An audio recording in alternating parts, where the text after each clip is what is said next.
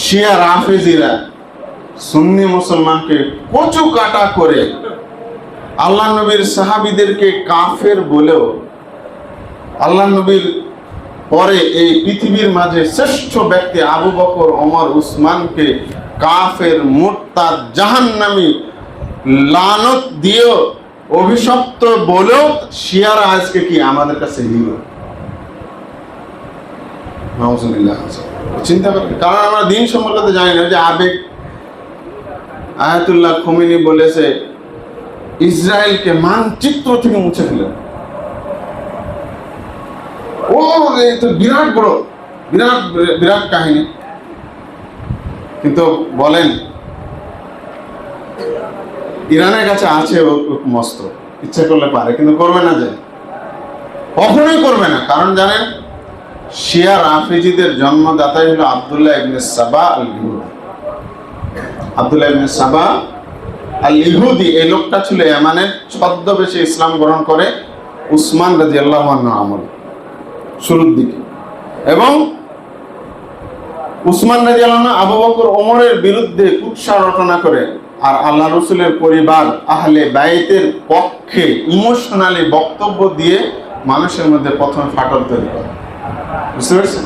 কিন্তু ইহুদি এমন একটা জাত যারা, আপনি অবাক হবেন, ইহুদি সেনারা ইংলিশে তারা কথা বলতে জানে, আরবিতে একেবারে সুন্দর কথা বলতে জানে, তালমুদ তাদের নিজস্ব ইহুদি ভাষা, এটাতে তারা কথা বলতে জানে, খুব এক্সপার্ট। এবং তারা নানা রকম ছদ্ম ধারণ করতে পারে, মুখোশ ধারণ করতে পারে। এই আব্দুল্লাহ ইবনে সাবা আল ইহুদি মানুষের মধ্যে বিভ্রান্তি তৈরি করে প্রথম এই শিয়াদের জন্মদাতা পিতা আব্দুল্লাহ ইবনে সাবা আল ইহুদির প্রথম শিকার হয়েছিল কে? ইসলামের খলিফা, আল্লাহ রসুলের দুইটা মেয়ের জামাই। এই জন্য তাকে বলা হয় জুন্নুরাইন। হ্যাঁ, জুন্নুরাইন, এখানে একটা নাকি মাদ্রাসা আছে। এই জুন্নুরাইন বা জিন্নুরাইন ইনি হলেন আলী উসমান রাদিয়াল্লাহু আনহু। তাকে নির্মম ভাবে এই শিয়াদের প্রথম জন্মদাতা যে পিতা আব্দুল্লাহ ইবনে সাবা আল ইহুদি এবং তার লোকেরা উসমান রাদিয়াল্লাহু আনহুকে মদিনাতে নির্মম ভাবে হত্যা করে। তারই ধারাবাহিকতায় ওদেরই একটা দল হলো খারেজি, ওদেরই একটা অংশ আলী রাদিয়াল্লাহু আনহুকে হত্যা করে। একই দিনে মুয়াবিয়া রাদিয়াল্লাহু আনহুকে হত্যা টার্গেট করেছিল, কিন্তু পারেনি। এবং আব্দুল্লাহ ইবনে আমর ইবনে আস রাদিয়াল্লাহু আনহুকে হত্যা টার্গেট করেছিল, কিন্তু পারেনি। সাহাবীদেরকে, উসমান রাদিয়াল্লাহু আনহু জান্নাতি সাহাবী না? যা এই আবু বকর, ওমর, উসমান তিনজনকে এই ইরানের শিয়া রাফেজিরা কাফের বলে, মুরতাদ বলে, জাহান্নাম বলে। আপনার হৃদয়ে আঘাত করে না এটা? আর এই কারণে তারা পৃথিবীতে যত সুন্নি মুসলমান আছে এদেরকে তারা কাফের মনে করে। বুঝতে পেরেছেন? আর এই কারণে 2011 সাল থেকে নিয়ে 2011 কেন, আরো পিছনে যেতে হবে, 2003 সাল থেকে নিয়ে এখন পর্যন্ত এই 2024 সালের মাঝামাঝি পর্যন্ত মধ্যপ্রাচ্যে প্রায় 14 থেকে 15 লক্ষ সুন্নি মুসলমানকে হত্যা করেছে। আপনাকে একটু সূত্র ধরিয়ে দিই। সুন্নিদের সিংহপুরুষ আরবের সাদ্দাম হোসেনকে ক্ষমতা থেকে হটানোর জন্য ইরান আমেরিকাকে তার সাথে হাত মিলিয়ে ইরাকে আক্রমণ করিয়ে এটা দখল করছে এবং সাদ্দাম হোসেনকে কুরবানির দিন ফাঁসিতে ঝুলাইছে। কি আর বলেন তো, ইরান, আপনি এটা চোখের সামনে তো এগুলো ভাই। তারপরে সিরিয়াতে কি করেছে? বাশার আল আসাদ ছিল শিয়াদের একটা আলভি বা নুসাইরি একটা গ্রুপ, শিয়াদের অনেকগুলো গ্রুপ আছে, শাখা আছে। এই নুসাইরি বাশার আল আসাদের সাথে হাত মিলিয়ে 2011 থেকে নিয়ে 2024 সালের নভেম্বর পর্যন্ত সিরিয়াতে লক্ষ লক্ষ সুন্নি মুসলমান বোনকে তারা হত্যা করেছে। এবং যেদিন এই যে বর্তমানে যারা শাসক আহলে সুন্নি মুসলমানরা ক্ষমতা আসেন, জুলানি, আবু জুলানি বা সারা, ওনারা যখন একটা কি বলে জেলখানা উন্মুক্ত করলো, আপনি অবাক হবেন, সিরিয়ার ওই জেলখানা থেকে শত শত সুন্নি নারী সেখান থেকে বের হলো, প্রায় প্রত্যেকের সাথে জারদ সন্তান। এদেরকে বন্দি করে এই শিয়ারা দিনের পর দিন ধর্ষণ করে বাচ্চা জন্ম দিয়েছে।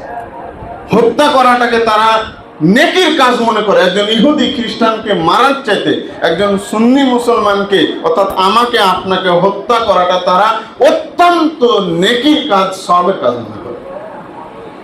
আপনি একটু চিন্তা করেছেন, ব্রেন একটু তো খাটায় যায়। এই জন্য মুসলমানদের শত্রুর অভাব নেই। ঘরের শত্রু হলো ইরান, শিয়ারা, বাহিরের শত্রু হলো ইহুদি এবং ইসরায়েল এবং আমেরিকা এবং গোটা অমুসলিম। বুঝতে পেরেছেন? মুসলমানদের শত্রুর অভাব। এদেরকে তৈরি করে দেয়, এদেরকে দিয়ে তো হত্যা করেছে, আর কি লাগে। শুধু এতটুকু বললাম, আর কি বলবো, সময় যেহেতু শেষ। প্রিয় দিনী ভাই, তো এই চলমান বিষয়গুলো টাচ দিচ্ছি একটু বিবেককে নাড়া দেওয়ার জন্য। অন্ধভক্তি বাদ দিবেন, নিজের বিবেক এবং দলিল ভিত্তিতে কথা বলবেন। এগুলো যে বলছি, ওদের কিতাব আছে উসুলুল কাফি নামক একটা কিতাব, আর একটা কিতাব আছে যা এখানে লেখা আছে, ওদের বই থেকে এগুলো। তাদের একটা নীতি হলো আত-তাকিয়া। তাকিয়া বুঝেন? তাকিয়া মানে হলো নিজেকে ডিফেন্ড করার জন্য মিথ্যা কথা বলা। নাউজুবিল্লাহ। এটা কাদের আলামত? মুনাফিকদের না? ডিফেন্ড করার জন্য মিথ্যা কথা বলা। এই জন্য তারা বাইরে প্রকাশ করে যে আমরা বিরাট বড় মুসলমান, বিরাট বড় মুসলমানদের হিতাকাঙ্ক্ষী, কিন্তু আসলে প্রকৃত না। আপনারা দেখেছেন আমেরিকা ইসরায়েলের সাথে যুদ্ধ বন্ধের জন্য কয়টা শর্ত দিয়েছে? 3টা শর্ত দিয়েছে। এখন আরো কয়েকটা অ্যাড দিয়েছে, একটাও ইসলামের সাথে সম্পর্ক নেই। আপনি পড়ে দেখেন না। আরে ভাই, এগুলো তো দেখার বিষয়, বুঝার বিষয়, কেন বুঝতেছেন না? আপনি ফেসবুকে একটা কিছু লিখবেন, আপনাকে গালি দেয় একবারে সোজা করুন। কেন? এগুলো হলো অজ্ঞতা। এগুলো হলো কি? অজ্ঞতা, জাহিলিয়াতের কারণে, জাহালাতের কারণে আমরা আমাদের নিজের দিনকে বুঝি না, দিনের পরিচয়টা আমরা জানি না, আমরা ইতিহাস জানি না, জানারও চেষ্টা করি না, খালি আবেগ নিয়ে চলো। আবেগ আছে, আবেগ আছে, আর কিছু দরকার নেই। দিনের জ্ঞানের দরকার নাই, ইতিহাসের জ্ঞানের দরকার নাই, শুধু আমরা আবেগ দিয়ে ইসলাম পালন করব। আর এই কারণে আমাদের ভারত উপমহাদেশটা হলো কি, বেদাত আর শিরকের চর্চার হলো একেবারে উর্বর ভূমি। বুঝতে পারছেন? এই কারণে, শুধু এই কারণে আল জাহলু বিদ্দীন, ধর্মীয় জ্ঞানের ব্যাপারে অজ্ঞতা, মূর্খতা। আর কি? নিজের পীর, নিজের শায়েখ, নিজের আলেম, নিজের ইমামের, নিজের বুজুর্গের ক্ষেত্রে বাড়াবাড়ির কারণে আমাদের এই অবস্থা।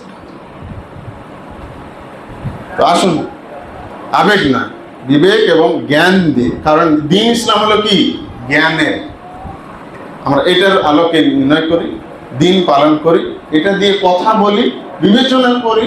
আল্লাহ রাব্বুল আলামিন আমাদের সকলকে আজকে যে বিষয়গুলো খণ্ড খণ্ড পয়েন্ট, বিভিন্ন পয়েন্টে আলোচনা করলাম, আল্লাহ যেন এগুলো বুঝার এবং মানার তৌফিক দান করেন। আমিন। ওমা আলাইনা ইল্লাল বালাগ।